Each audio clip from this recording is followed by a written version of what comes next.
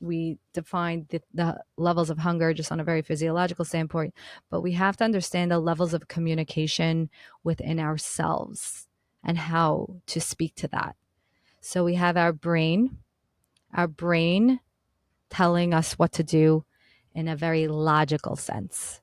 So our brain feels logic. Our brain speaks logic, excuse me. Our brain speaks logic. Then we have emotions. So what else potentially could drive decisions and drive actions? It's our emotions. Emotions speak feelings. Emotions speak feelings. Your brain speaks logic. Emotions speak feelings. And guess what, guys? There's a third level that I took a very long time to identify. I've always felt it. I've never known to listen to it. And now it's my best, most lovable self. And that is your soul, your energy, your intuition,